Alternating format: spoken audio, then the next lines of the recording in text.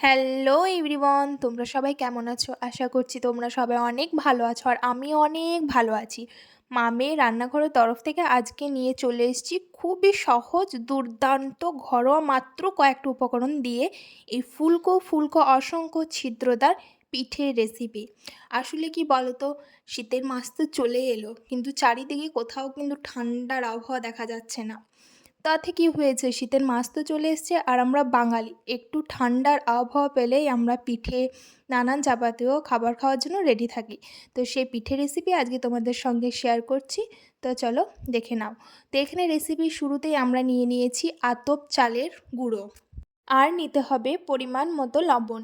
এখানে তোমরা নিজেদের মানে স্বাদ অনুসারে লবণটা অ্যাড করবে। আর যেটা সবথেকে ইম্পর্টেন্ট সেটা হলো গরম জল।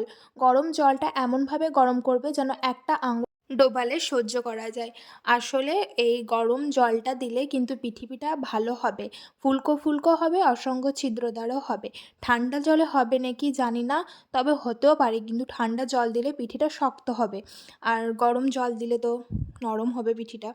তো আসলে গরম জলটা কিন্তু আমাদেরকে সব একসঙ্গে ঢেলে দিলে হবে না, অল্প অল্প করে দিতে হবে, তার সঙ্গে আমাদের ওই চালের গুঁড়োটা ভালো করে মিশিয়ে নিতে হবে। তো গরম জলটা যখন দিই তখন তখন চালের গুঁড়োগুলো হালকা হালকা জমাট বেঁধে যায়। তো সেই জমাটগুলোকে ছাড়ানোর জন্য আমাদেরকে অনবরত এইভাবে একটা ডাবুর সাহায্যে নেড়ে নিতে হবে। তো এইখানে আমার মা একদিকে উনুন ধরিয়ে নিয়েছে। পিঠে খেতে হলে না এই উনুনে মাটির পাত্রের মধ্যে করলে না পিঠেটা পুরো জমে যায়।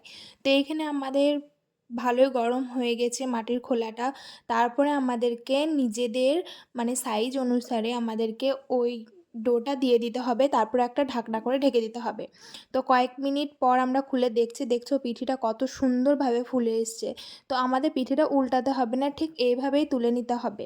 তো এইভাবেই আমরা সমস্ত পিঠেগুলোকে করে নেব।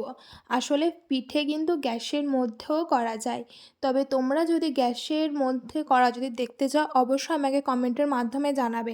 তবে এই উনুনের মধ্যে করলে না পিঠেটা কিন্তু পারফেক্ট হয়। আর তোমরা তো দেখতেই পাচ্ছ পিঠেগুলো কত সুন্দরভাবে ফুলকো ফুলকো ফুলছে, বরঞ্চ এমন ফোলা ফুলছে যে মাঝখানে দেখো পুরো ফেটে যাচ্ছে। তো এইভাবেই আমরা পিঠের রেসিপিটা আজকে করলাম। পিঠে খেতে হলে না নলেন গুড় দিয়ে খেতে হবে। তবে শীতের শুরু তো এখনও গুড় সেরকমভাবে বিক্রি করতে আসেনি।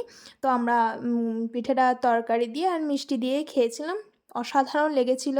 তো এইভাবেই আমরা খুব সহজভাবে আজকে পিঠের রেসিপিটা বানিয়ে তোমাদেরকে দেখালাম।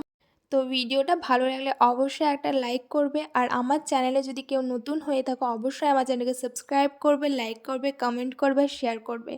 তো সবার শীতের শুরু, সবাই সুস্থ থাকবে, ভালো থাকবে আর এইভাবেই আমার পাশে থাকবে।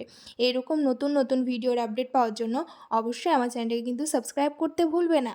তো এখনকার জন্য সবাইকে টাটা।